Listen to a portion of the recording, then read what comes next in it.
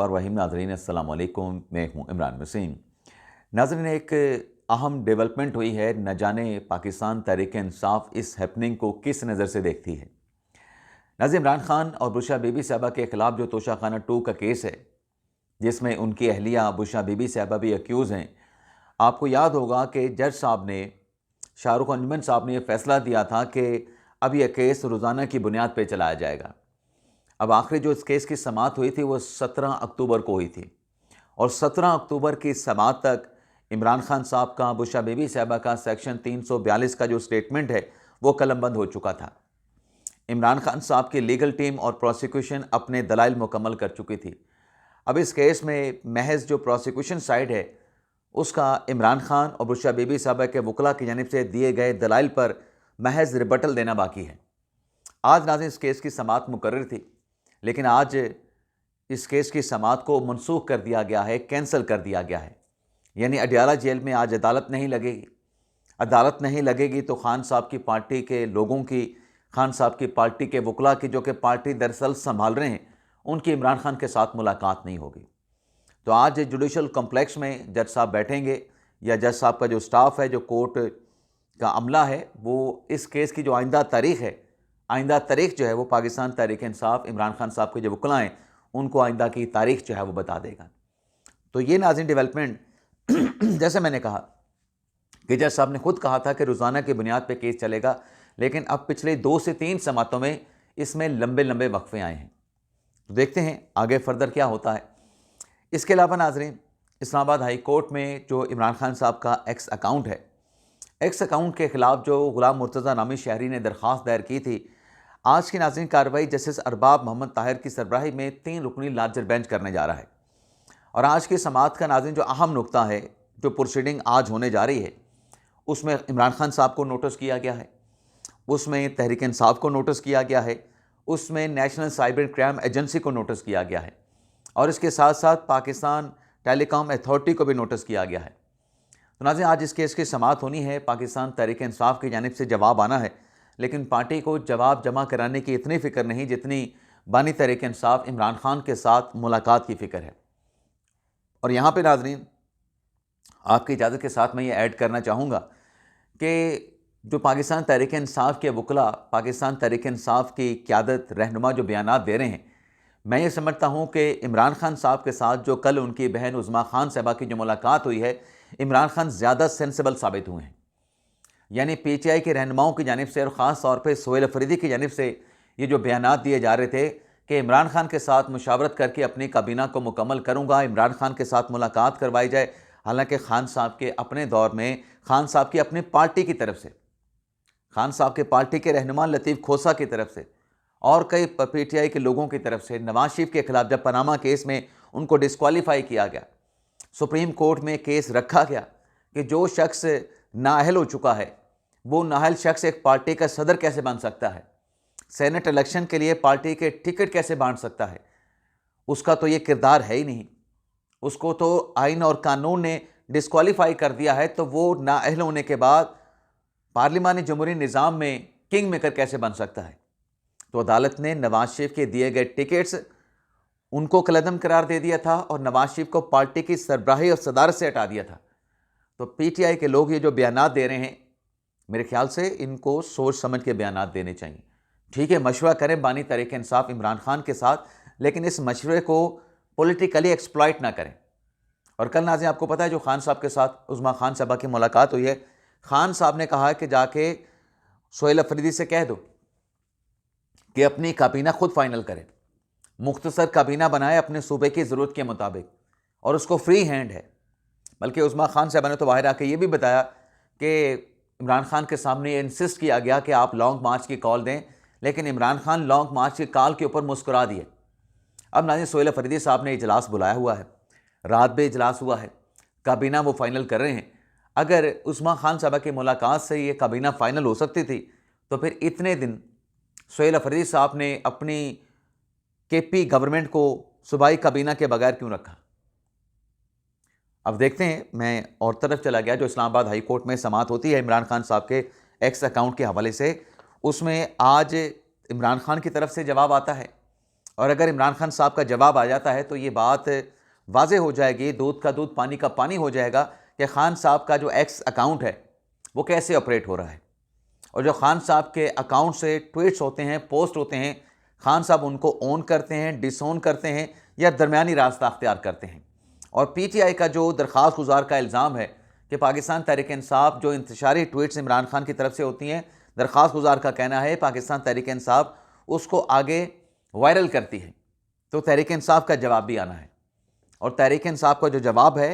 और इमरान खान साहब का जो जवाब है, वैसे तो एनसीसीआई का जवाब भी आएगा, पाकिस्तान टेलीकॉम अथॉरिटी का जवाब भी आएगा, लेकिन खान साहब का और तहरीक इंसाफ का जो जवाब है वो नाज़रीन बड़ा वाइटल होगा। अब यहाँ पे नाज़रीन चूँकि हम अदालत की बात कर रहे थे, मेरे जहन में एक अली मौज़म साहब हैं, नेशनल बैंक के साबिक पेंशनर हैं, अभी तक उनको पेंशन नहीं मिल सकी। उनका नाज़रीन एक मैसेज आया है अली मौज़म साहब का, सुप्रीम कोर्ट में उनका केस 2016 से पेंडिंग चला आ रहा है। अली मौज़म साहब ने chief justice of Pakistan justice Yahya Farid से दरख्वास्त की है कि खुदारा हमारी जो पेंशन से मुतल्लिक दरख्वास्तें सुप्रीम कोर्ट में पेंडिंग पड़ी हैं उन्हें समाअत के लिए फ़िक्स किया जाए। अली मौज़म साहब ने मुझे मैसेज करके बताया है कि 1000 लोगों को तो पेंशन अदा कर दी गई है सुप्रीम कोर्ट के हुक्म पे, लेकिन पिछले कई महीनों से जो 900 लोग बाकी बचे हैं, अब ये भी तकरीबन ऑलमोस्ट 1000 का ही फिगर है, पहले 1000 थे अब बाकी 900 हैं, तो उन 900 लोगों को भी अभी तक पेंशन नहीं मिल सकी। जब जब ये केस टेकअप होता है, पेंशन से मुतल्लिक मामलात आगे बढ़ते हैं, पेंशनर्स को पेंशन मिलती है, अदायगियाँ होती हैं, लेकिन जब इस केस में लंबा वक्फा आता है तो फिर पेंशनों की अदायगियों में भी वक्फा आ जाता है। तो अली मौज़म साहब की chief justice of Pakistan justice Yahya Farid से ये अपील है कि हमारा ये मुकदमा समाअत के लिए मुकर्रर किया जाए। सलमान अकमल साहब की नाज़रीन बात करूँगा। सलमान अकमल साहब नाज़रीन, आप जानते हैं कि जो आज़ाद कश्मीर में वज़ीर आज़म की तब्दीली से मुतल्लिक हवाएँ चल निकली हैं, मेरी दुआ है कि ये जो तब्दीली है आज़ाद कश्मीर की आवाम के लिए खुशहाली और बेहतरी का बाइस बने। लेकिन नाज़रीन, जो अदम एतमाद की तहरीक जमा होनी थी उससे मुतल्लिक तो ये बताया जा रहा है कि 1 से 2 दिन में अब ये अदम एतमाद की तहरीक जो है वो जमा करवाई जाएगी। लेकिन नाज़रीन, पाकिस्तान तहरीक इंसाफ के सेक्रेटरी जनरल, अब सेक्रेटरी जनरल का जो ओहदा होता है पाकिस्तान तहरीक इंसाफ के लॉ के मुताबिक वो यूँ समझें पार्टी का दिल होता है, पार्टी का हार्ट होता है। अब सेक्रेटरी जनरल साहब ने, सलमान अकमल साहब ने कल आज़ाद कश्मीर से मुतल्लिक जो वहाँ पे तब्दीली की हवाएं चल रही हैं, पार्टी के आज़ाद कश्मीर के लोगों को बुला के यहाँ पे अहम इजलास किया। अब आप ये देखें कि सलमान अली साहब क्या कह रहे हैं, उनको मालूम ही नहीं कि आज़ाद कश्मीर असम्बली के जो अरकान होते हैं उनको क्या कहा जाता है। सलमान अकमल साहब ने कहा कि ये जो सियासी खेल आज़ाद कश्मीर में खेला जा रहा है, इसमें पहले भी हमारे 29 MNAs को तोड़ा गया। नाज़रीन, आज़ाद कश्मीर असम्बली में MNAs नहीं होते। जो आज़ाद कश्मीर असम्बली के अरकान होते हैं उनको MNA नहीं कहते, हमारी कौमी असम्बली के अरकान को MNA कहते हैं। चलें, आपसे मैं सवाल करता हूँ, आपने कमेंट्स बॉक्स में बताना है कि जो आज़ाद कश्मीर असम्बली के अरकान होते हैं उनको क्या कहते हैं। हो सकता है आपको मालूम हो और सलमान अकमल साहब से ज़्यादा बेहतर मालूम हो, लेकिन सवाल यह है कि जब आप एक पार्टी के सेक्रेटरी जनरल हैं तो आपको इन चीज़ों का नॉलेज होना चाहिए। तो राजा साहब कहते हैं कि सियासी खेल खेला जा रहा है, हमारी पार्टी वहाँ पर रजिस्टर्ड नहीं की गई और हमारी पार्टी के तहरीक इंसाफ के अरकान को आज़ाद कश्मीर में आज़ाद डिक्लेयर कर दिया गया। और भाई, अगर आपकी पार्टी वहाँ पे रजिस्टर्ड नहीं है तो आपकी पार्टी के अरकान को आज़ाद डिक्लेयर किया जाएगा, फिर आपको उनके साथ वाबस्तगी तो आपकी नहीं जो है वो दी जा सकती। इसके साथ साथ नाज़रीन, अगली खबर यह है कि मरीम नवाज़ साहबा ने अपनी जो सरगर्मियाँ थीं, तहरीक लब्बैक के ख़िलाफ़ जो पंजाब में एक्शन लिया गया, तहरीक लब्बैक के जो अकाउंट्स हैं उनको फ्रीज़ किया गया, तहरीक लब्बैक के जो कारकुनान हैं उनको गिरफ़्तार किया गया, तहरीक लब्बैक पर पाबंदी का ना सिर्फ पंजाब हुकूमत ने फ़ैसला किया बल्कि तहरीक लब्बैक के जो मसाजत उनके कंट्रोल में थे उनको हुकूमती तहवील में ले लिया, उनको महकमा औक़ाफ़ के सपुर्द कर दिया गया और तहरीक लब्बैक पर पाबंदी का जो मामला है वो वफाकी हुकूमत को भिजवा दिया गया। अब नाज़रीन, ख़बर यह है कि एक तो मरीम नवाज़ साहबा ने इन तमाम इक़दामात के बाद, इन तमाम एक्शंस के बाद और तहरीक लब्बैक के काफ़िले पर, एहतजाज पर क्रैकडाउन के फ़ैसले के बाद मरीम नवाज़ साहबा ने अपनी जो सरगर्मियाँ हैं उनको महदूद कर दिया है। मरीम नवाज़ साहबा का जो चीफ़ सिक्योरिटी स्टाफ है, मतलब चीफ़ सिक्योरिटी स्टाफ ने मुकम्मल जो सिक्योरिटी है मरीम नवाज़ साहबा की बतौर वज़ीर आला उसको तब्दील कर दिया गया है और बताया गया है कि मरीम नवाज़ साहबा की काबीना को जो थ्रेट्स दी गई, ख़ास तौर पे मरियम औरंगज़ेब को और उज़्मा बुखारी साहबा को, जिसमें थ्रेट्स भी शामिल थीं, जिसमें रेप और उसके अलावा जान से मारने की धमकियां भी दी गई। इन थ्रेट्स के बाद मरियम नवाज़ साहबा ने अपनी जो सरगर्मियां हैं, जो वो पब्लिक में जाती थीं, मुख्तलिफ जो प्रोग्राम होते थे उनमें शरीक होती थीं, मरियम नवाज़ साहबा ने उन तमाम एक्टिविटीज़ को, सरगर्मियों को महदूद कर दिया है। और इतलात ये हैं, रिपोर्ट ये हैं कि जो तहरीक लब्बैक के ख़िलाफ़ एक्शन लिया गया है, अब तक तहरीक लब्बैक के 2700 कारकुनान को जो है वो गिरफ़्तार किया जा चुका है और तहरीक लब्बैक के ख़िलाफ़ जो कार्रवाइयाँ हैं उनको तेज़ किया जा चुका है। और बाकी आप जानते हैं कि तहरीक लब्बैक के जो अकाउंट्स थे उनको फ्रीज़ कर दिया गया। तहरीक लब्बैक के ऑफिस पे, साद रिजवी के घर पे जो रेड किया गया, वहाँ से करोड़ों रुपए की रिकवरी की गई। लेकिन अभी तक नाज़रीन ताहाल साद रिजवी साहब जो हैं, अनस रिजवी साहब जो हैं, वो कहाँ पे हैं, किसकी तहवील में हैं, कहाँ पे मौजूद हैं, अभी तक इससे मुतल्लिक कोई क्लू, कोई ख़बर बाहर नहीं आ सकी है। और जो आगाज़ में पुलिस की जानिब से दावा किया गया था कि उनकी जो लोकेशन है साद रिजवी साहब की, अनस रिजवी साहब की, टेक्निकल ट्रैकिंग से उसको ट्रेस कर लिया गया है, वो नाज़रीन महज पुलिस का दावा साबित हुआ है। जाते जाते नाज़रीन आपको बता दें कि जो पाक अफ़गान मुज़ाकरात चल रहे थे और उन मुज़ाकरात में जो आखिरी कोशिश तुर्की और कतर की जानिब से की गई, जो कि एक बड़ा ब्रेक थ्रू था, 3 दिन के मुज़ाकरात के बाद जब वो